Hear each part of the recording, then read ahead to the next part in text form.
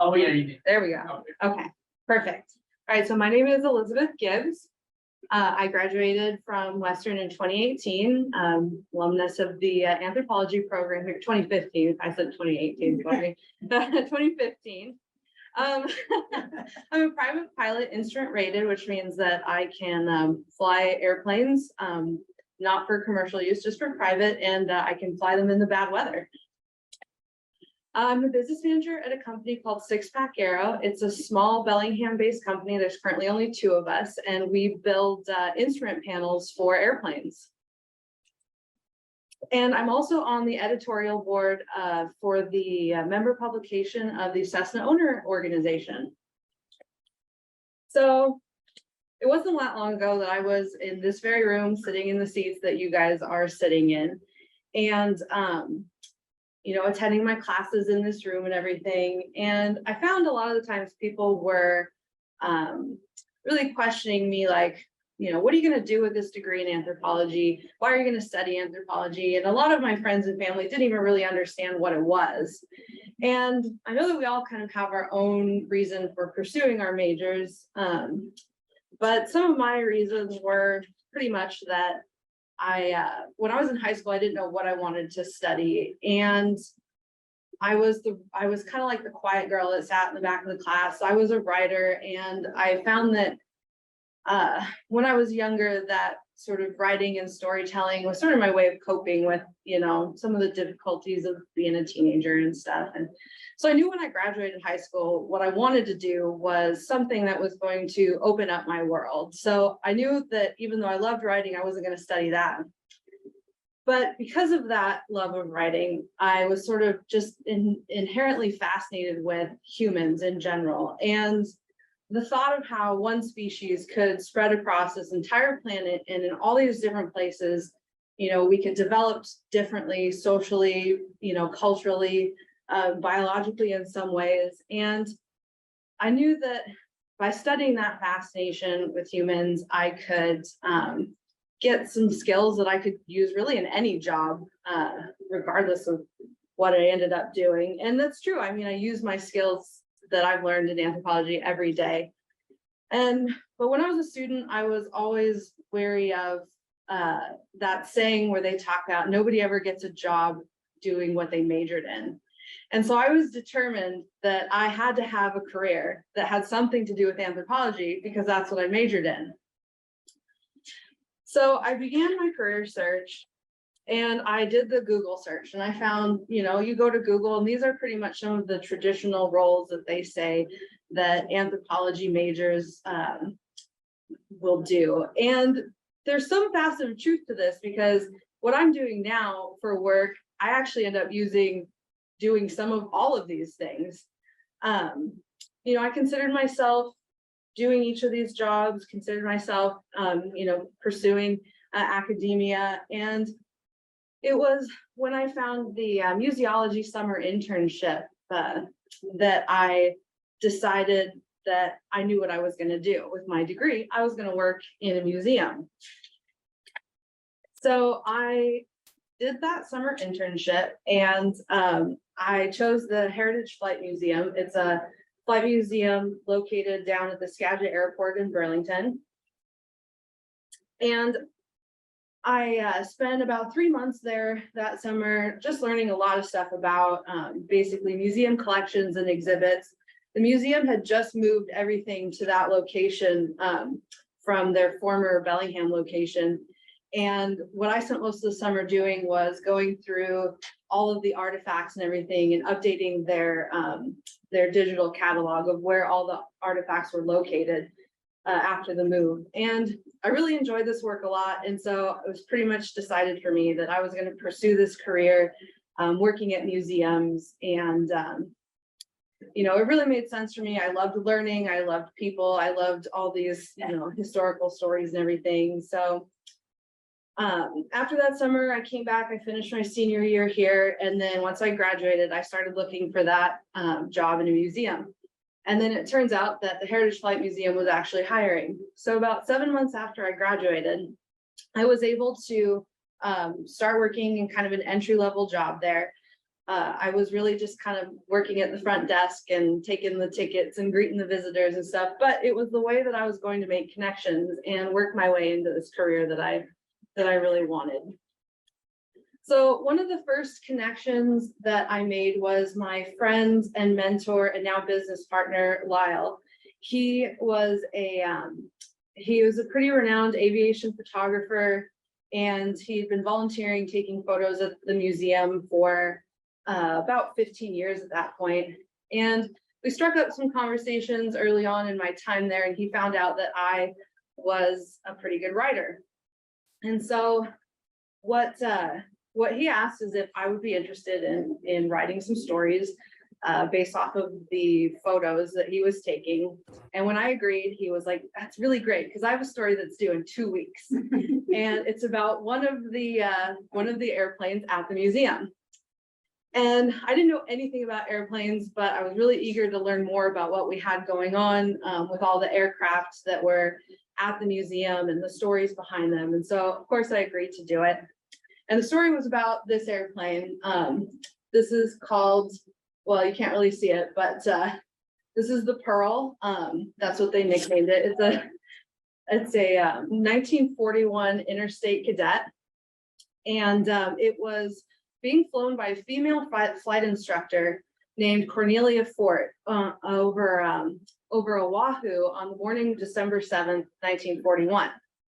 This airplane was actually fired upon by the Japanese as they began their attack on Pearl Harbor.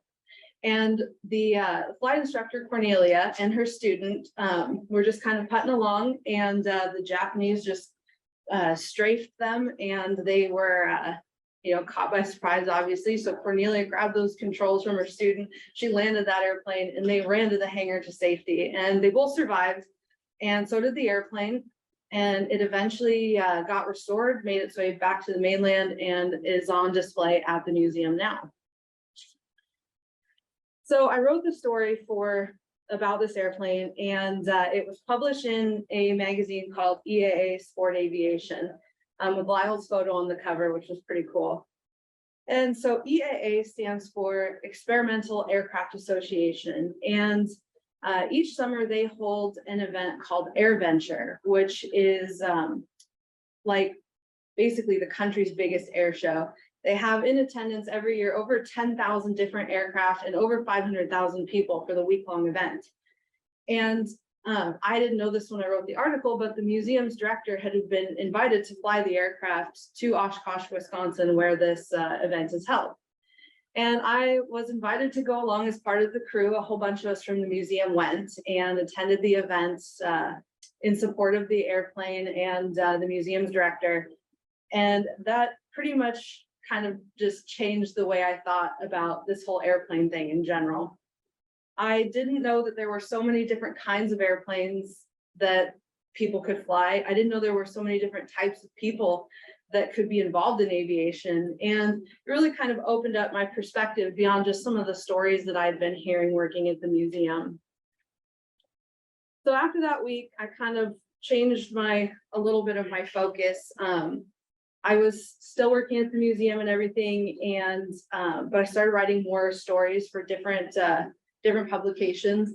That's me sitting on the wing of the museum's P-51 Mustang, holding a Warbird Digest magazine, which I think that one, I look at it, we wrote a story about B-29, which there's only 2 of them flying in the entire country, and that one had been recently restored. And so I started just diving into learning these stories behind these historical airplanes and the pilots that flew them. And my newfound passion and enthusiasm for all this did not go unnoticed. And at the museum, I was offered the opportunity to be the collections and exhibits manager. And so here I was, just about 1.5 years post-graduation, and I was fulfilling my career goals that I had been determined to have as an anthropology major. But now that I was sort of on the aviation side of this career path, I started getting asked, when are you going to learn how to fly? And up until this point, I had never even considered that for myself. I mean, flying airplanes is something that other people do. And, it's cool that they do it and all that, but, that's really not for me, which I was completely wrong. It turns out most people that fly airplanes are just regular people like us. So my friend Lyle that I mentioned earlier, he had a small airplane that he was restoring. It's a 1946 Taylor craft. It looks something like this. This is not the airplane, but this particular airplane was only one serial number away from the one that we were restoring. So I just grabbed that photo. This Taylor craft is basically just a small metal tube frame airplane wrapped in fabric. And I thought it was really neat and cool. And so I said, of course, I'll help you restore it. And he said, well, great. If we finish it, you can learn how to fly in it. And I was like, that's great. I had my answer. When people ask me, when am I going to learn how to fly? When the Taylor craft is done, that's when I'll learn. And the problem with that, though, is that the longer I worked at the museum and the more of these amazing stories I was hearing and learning from these pilots that were, coming in and telling me about all their adventures, the more I wanted to learn about what flying was. So despite the Taylor craft most certainly not being done yet, I decided to take flying lessons. My goal was to at least get to the point of soloing. And basically when you solo as a student pilot, that's kind of the first moment that your instructor gets out of the airplane and says, go fly it on your own. Even though you're not really a licensed pilot yet, you still have to have some time practicing and knowing what it's like to fly it on your own. And so I at least wanted to get to that point because that's really the biggest, major hurdle as a student pilot is getting there. So it's surprisingly easy to start learning how to fly. You can just go to your local airport. Most of them have flight schools. Bellingham has two. They have Bellingham Aviation Services and Command Aviation. I met my instructor at Command Aviation, and when I met him, he was super busy and had a completely full schedule and wasn't taking on any students. But for some reason, he decided that he was going to talk to me that day anyway. And he asked me, why did I want to learn how to fly? And I think he was looking for some really cool answer, like, oh, my grandfather flew P-51s in World War II, or my uncle flew helicopters in Vietnam, or I've just had this lifelong fascination and I want to pursue it. But I was honest with him and I told him I'd never really heard of aviation until a couple of years ago, didn't think it was for me, but now I'm curious about it. I've been working at the museum and working on this little airplane that we've been restoring. And for some reason, whatever I said was enough that he was like, okay, I'm going to make some room in my schedule for you. So he took me on as a student, and then Lyle actually decided at that time that he was going to restart his flight training as well, because it's easier when you have a friend. So that's me on my way to my first flight lesson in December 2017. And I'll be perfectly honest, flying did not come naturally to me at all at first. Right away, I was kind of like, why am I doing this? It's kind of crazy. But after about three lessons or so, and I was starting to get a little frustrated with myself, my instructor sat me down and he said, if people tell you that they're a natural pilot, they're lying. There's no such thing as a natural pilot because humans weren't built to fly. And that really stuck with me. And he promised me that if I kept taking lessons, my body would get used to the different things I was putting it through, and pretty soon everything would start to click. And he was right. A few lessons later, everything was starting to flow for me, and I was really getting the hang of it and really enjoying what I was doing. So we decided at this time to sell the Taylor craft we've been working on, because they always say that when you're going to own an airplane, you want to own it for the mission that you're flying. And this little airplane, while it had been a fun project to work on, wasn't really in line with our mission anymore. So we sold that project and got a down payment on a Cessna 172. A Cessna 172 is pretty much the quintessential training aircraft. There have been 44,000 of them built since 1956, and they're the most popular general aviation airplane. You can still buy a brand new one today, although from the factory, they cost about $600,000, and you won't take delivery of one until 2025. That's how backed up they are. So most people do what we did, and they buy one of these. This is a 1971 172. We call her Dorothy. And in February of 2018, we paid $26,000. So that seems like a lot, but in the airplane world, it's pretty cheap, actually. She needed a bit of work. She hadn't been flown for about 2 years, had some deferred maintenance and everything, but this was still going to offset the cost of renting an airplane from the flight school. So it still made sense between the two of us learning how to fly. So it took us about 3 months, I want to say, to get this airplane to the point where we could actually fly it. And during that time, I was still taking lessons and renting the flight school's airplane because I was so close to that solo. And when you're just close to a milestone in flight training, the last thing you want to do is start flying a new airplane, or new to you. So that's the day that I did my first solo with my instructor. And it's kind of, everybody loves to tell their first solo story. It's a day that you pretty much never forget as a student pilot. And that day was a Saturday, and I was not scheduled to fly. I was actually at the hangar. We were working on our airplane, trying to get her, to the point where we could fly. And my instructor came knocking on the door, and he said, "Hey, you want to go fly today?"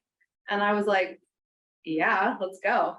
So we hopped in the airplane and took off and did a couple of practice landings. And he told me, "Go ahead and taxi back to the ramp." So I taxied back, and before I could shut off the engine, he was climbing out of the airplane, closing the door behind him and giving me a thumbs up. I knew that this was the moment. So I went off, and I did 3 practice landings by myself. And that really was kind of the moment for me that I knew that aviation was where I was supposed to be. Because that moment when I lifted off the runway for the first time, and I was in sole control of that airplane, and I was leaving the ground behind me, I knew that this is where I was supposed to be. So I'm going to take a little break from the storytelling and just give you guys a few little facts and figures here. So in 2022, there were approximately 476,000 or so certificated pilots in the country. That's about 0.14% of the entire population of the United States. It's easy to see that there's this perception that aviation is kind of for the elite or the rich or, the few. But think for a second how different the world would be without aviation. I mean, a couple of simple things: you wouldn't get your mail if we didn't have aviation. If you were going to take that trip, your couple hours of long distance travel now turns into days or even weeks.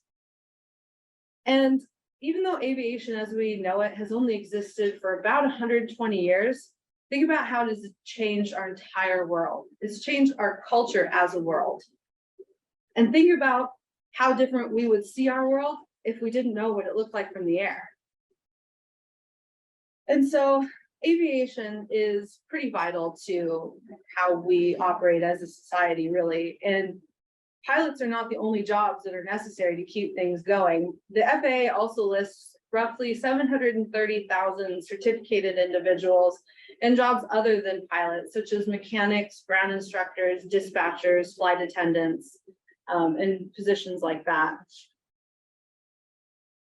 The FAA also breaks down numbers for female-only pilots. It's a significantly smaller number. It's roughly 30,244. And so 6% of all pilots are women. And this ends up coming out to, I believe, less than 0.01% of the entire population in the United States is female pilot. And unfortunately, right now, we don't really have any statistics for any non-binary individuals or any queer individuals, but there is an organization called the National Gay Pilots Association, And they're pretty large, and they're continually lobbying the FAA for additional options for when people are applying for pilot certificates. So there are efforts to collect that information as well. One thing about female pilots is, although they are few, they are many. When a group of women pilots, or any women in aviation really, discovers that another is interested, they will immediately flock to take you under their wing. It's a very supportive bunch. And each summer at AirVenture, back in Oshkosh, a gathering of women pilots meets for a event called Women Venture. And so this photo is from 2017, and each year this group gets larger. And that's really, really refreshing to see that. Even with COVID, they had I believe they did a digital version of the photo that was just as large. And so all these women, they're very supportive and advocate for more and more of us to join the group in this traditionally male-dominated career. So as I learned these statistics and started being pulled under the wing of some of these female aviators, it became obvious to me that my path was pulling me in a new direction. I continued to work on the airplane. She ended up being about a 5-year or so long-term restoration. Each summer we would fly, and then in the winter we would pick a few projects to get going. I did eventually get my pilot's license, and I ended up leaving the museum in about 2019, I think, to pursue aviation on a more full-time basis. I've been working with my friend Lyle, and he worked on a project called Cockpit 360, which focused on creating 360-degree virtual tours of historical and famous airplanes. And one of the things that we really focused on in our storytelling with these images was how the pilot interfaces with the aircraft and that human factors element. That was always fascinating to us. And so eventually we kind of got to the point where it was time to update our own cockpit in our own airplane. So this is the inside of our 172 when we got her, the day that we got her. You can see it's pretty kind of just old looking in general, just old analog gauges and radios. And this is kind of where we brought the airplane to today, a little more modern looking. And what we decided to do was take this beyond just our own airplane and help other owners to be able to take their old tired looking airplanes and make them more modern and integrate a more modern design and more modern technology into their aircraft. And during the journey of going from old to new, we began researching a lot of newer technologies that were coming out, and ended up coming up with our flagship product that we offer, which is kind of a structural replacement that actually enables older airplanes like this to have more modern glass cockpits, which I'll show you a photo of in a second. So remember how I said that new 172 out of the factory will cost you almost $600,000 today? So this example is in 1974, and that's what it would have looked like coming out of the factory. And I think that would have run you about $13,000 or so back in 1974. You can see everything's pretty analog, and there's no screens, nothing digital about this. But if you move forward to today, you're going to get something more like that. It's going to have 2 dual screens in this glass cockpit configuration, a couple of analog backup gauges just in case, but I think even now in the 2023 models, they have a digital backup gauge as well. And so what we've done is we wanted to figure out how, okay, if that costs $600,000, how can we give somebody the same capability and something that's going to cost them a lot less? And that's when we came up with our structural modification that allows the instrument panel to be able to house essentially what is aftermarket versions of what the new Cessnas come out with from the factory. So creating this product required a lot of different skills for us to use. There were some engineering elements involved.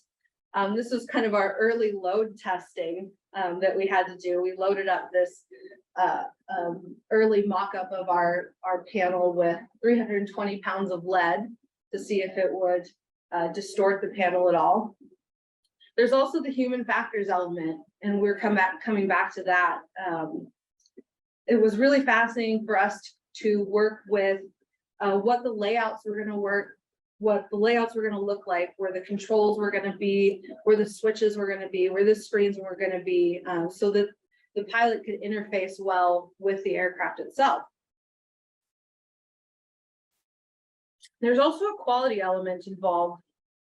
And when you're working on creating a product for an airplane, there's obviously quite a lot of quality control that needs to be involved because it's going in an airplane and you want it to be safe.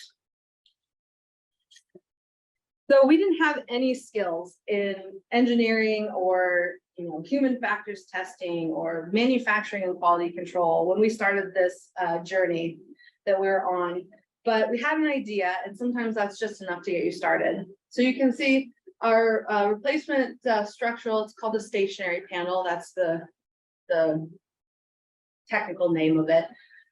We cut one out of wood, trying to get the idea of what the shape was going to be like. And this is that was where we started a lot of like our early human factors kind of stuff. We had to consider how the visibility was going to change, how the usability was going to change.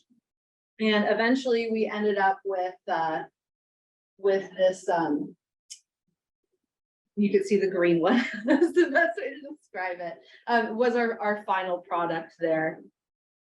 So one of the things that I really was fascinated about during the process of taking this from conception to completion was that even though we were a small company with what we considered a relatively small part, we still had to follow all the same processes and procedures with the FAA that Boeing did.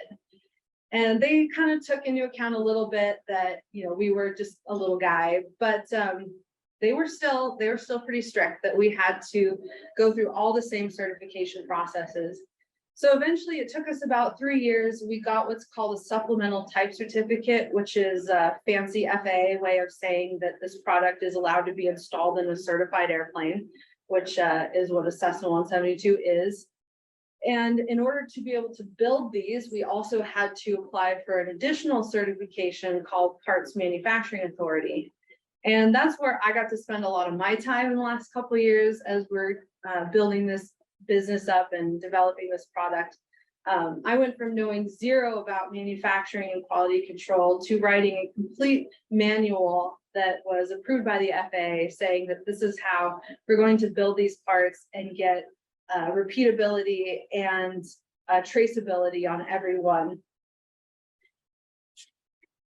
So there's not a lot of difference except 52 years. You can see that since 1971 and to now, the physical difference of a Cessna 172, at least from the outside, there's not a lot. I mean, if you really stared at it, you could probably find a couple of things that were different. But really, between a restored legacy model and a new one, the only thing that's different is the price. So because this 172, the one on the right, is my own airplane. Because this airplane took me on this journey from anthropology student to dead set on a museum career to now building and manufacturing parts for airplanes, I knew that this is the path that I was meant to be on, because these airplanes and the people who own them, they're regular people just like me, and they're just trying to do something they're passionate about. So by building and designing the products that we do, it's really our way of helping to keep aviation, general aviation, accessible, that's the word I'm looking for, to not just my generation, but your generation and the generation after that. And hopefully they can take more people on incredible journeys like the one that I've been on. So what I hope that you guys would take out of this story is that most importantly, when somebody asks you what you're going to do with your degree, it's really okay not to know the answer. If somebody asks you what you're going to do 5 years from now, it's also okay to not know the answer, because life kind of has this way of putting you on the path that you're meant to be on. And just because you can't see beyond a couple steps ahead of you, it doesn't mean that you're not exactly where you're supposed to be. So what I encourage you all to do is, when you have the opportunity to try something new, don't hesitate, even if it seems out of reach, just to go for it. Never tell yourself that you can't do something. Just ask yourself, why not? Right?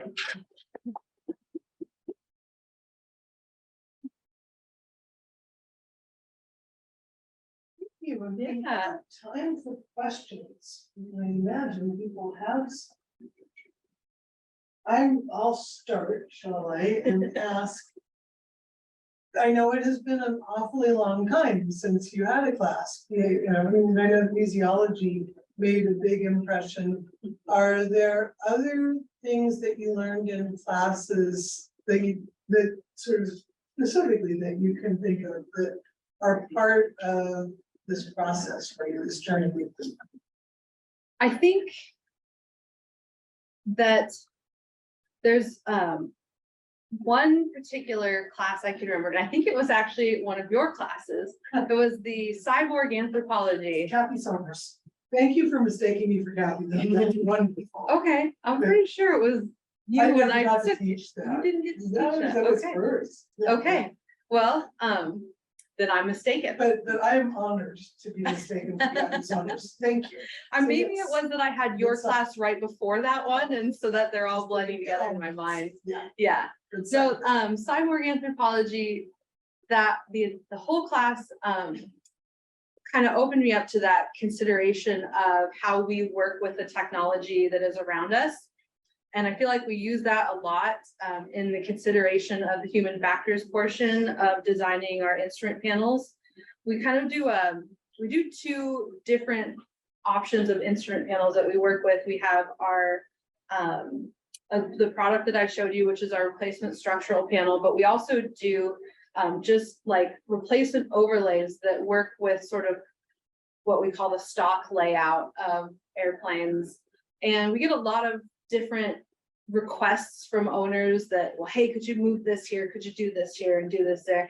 And so really kind of, as we're providing this design service to people, it's our job to take into account, you know, how is this going to be usable for you? And then make those recommendations to the owners. So taking that class helped me to be able to have those considerations.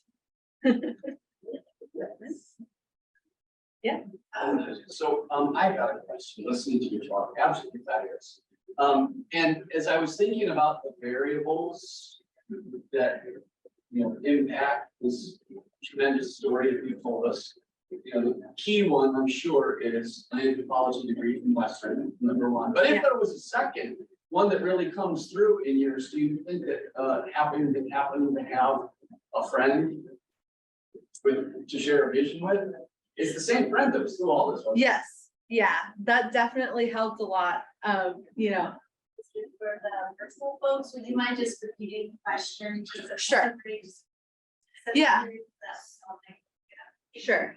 So the question is other than having a degree in anthropology, is there any other factors that really helped me on my journey, and you know, was having a friend involved in it helpful? And the answer is yes. I mean, having a friend definitely helped to keep me accountable during the journey, to help push me to the next step, and, you know, sharing the vision as well. That helped. And I think that I would not have gotten to the point where I was had I not had somebody that was kind of taking me by the hand and saying, look, this is something you can do. And so that's one of the things that I always try to do is when I talk to people who would never consider aviation, any facet of it, is to try to open their minds about, you know, this is something that you can do, and here are the resources. There are tons of people out there that are just looking to mentor people who want to be involved in aviation, because the only reason that we get to be doing what we do is if more people join us. So, you know, I hope that answered your question a little bit. It does, but it just to add one point, it's not so much, at least what I heard, it's not so much that you shared a vision, but that you shared visions that changed again. You know, you started out in a museum and then you determined to fly planes, and then from flying planes to, you know, almost inconceivable making equipment for takeoff. Yeah, so the comment is, not only did I have a friend that, you know, shared the vision, but as the vision changed, we changed together. And I think that a lot of the drive of that was that we were always there to bounce ideas off of each other. And it was, you know, hey, what if we did this? That's cool. What if we did this? That's cool. What if we did this? And so, yes, as the journey has grown, you know, that relationship has kind of just evolved with it, and, you know, us bouncing ideas off each other and just continually growing. So yes, definitely having that has been a huge deal. Yeah. In your anthropology major, which concentration? The question is, during my major, what concentration was I? I was cultural. Yeah. Yep. Yeah, great talk. Super inspiring to hear what you did, and just really, really amazing. I mean, yeah, as Myron said, just the changes they went through, and just realizing, you know, I thought it was a great talk. I just have some stories about women in early Washington State history who were aviators. So I'm thinking particularly of Maud Nolan. I don't know if you know her. Yeah, I think I've heard the name. She was one of the world's first indigenous pilots, and she was a Yeah. stunt pilot, and back in the early 1900s. Anyway, I love because you're a storyteller, and I know a couple of stories I'd love to talk to. Yeah, for sure. Very cool. Thank you. Yeah. As kind of going out into the world with an anthropology degree, but not a lot of fully fleshed out ideas what to do with it, what is your like best piece of advice for like the moment after you graduate, starting to think about those paths moving forward? So my biggest piece of advice to people that are just graduating is, even though it might not be financially the best option, but get an internship.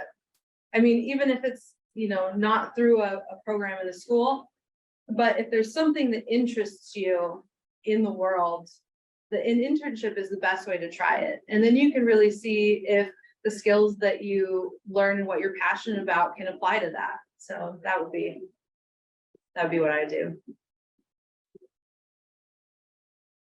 Yeah.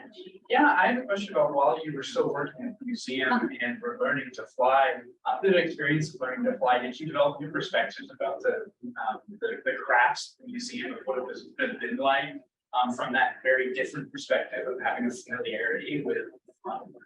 Yeah, so the question is that, as I was learning to fly, did that change my perspective on the museum and all of the artifacts and the airplanes and stuff there? And yes, it absolutely did. I had a much greater appreciation. All the airplanes at the Heritage Flight Museum are flying aircraft.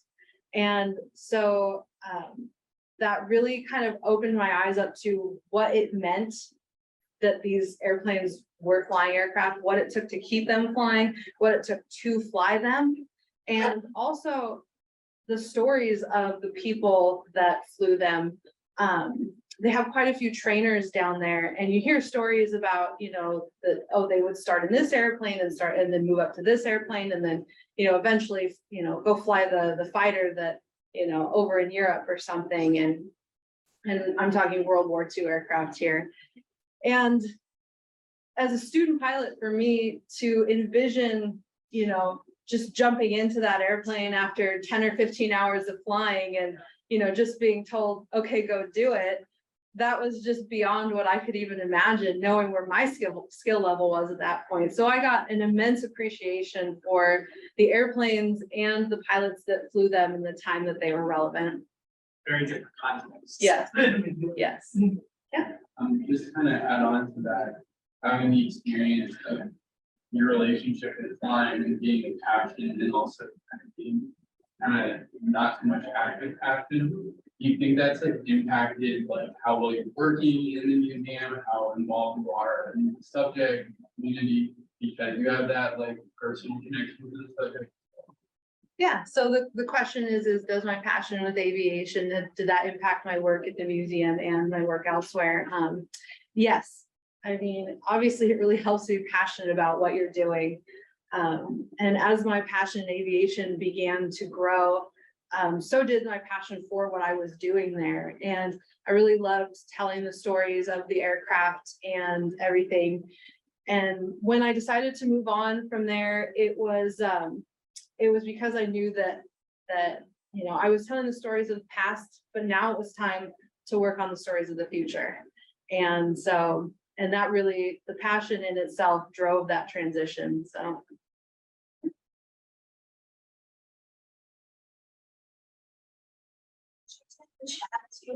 Oh, you know, we probably should just to see. Yeah, If and I can do anybody that too on, for you. I don't know if anybody who is on the Zoom. It looks like there's only one, so. Oh, yeah. Yeah. Okay. Okay.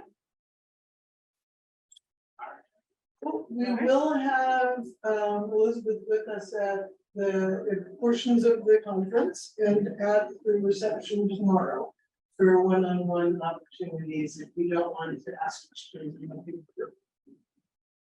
Thank you very much for being Thank you. This very first event. I look forward to seeing you at the session at 1 o'clock.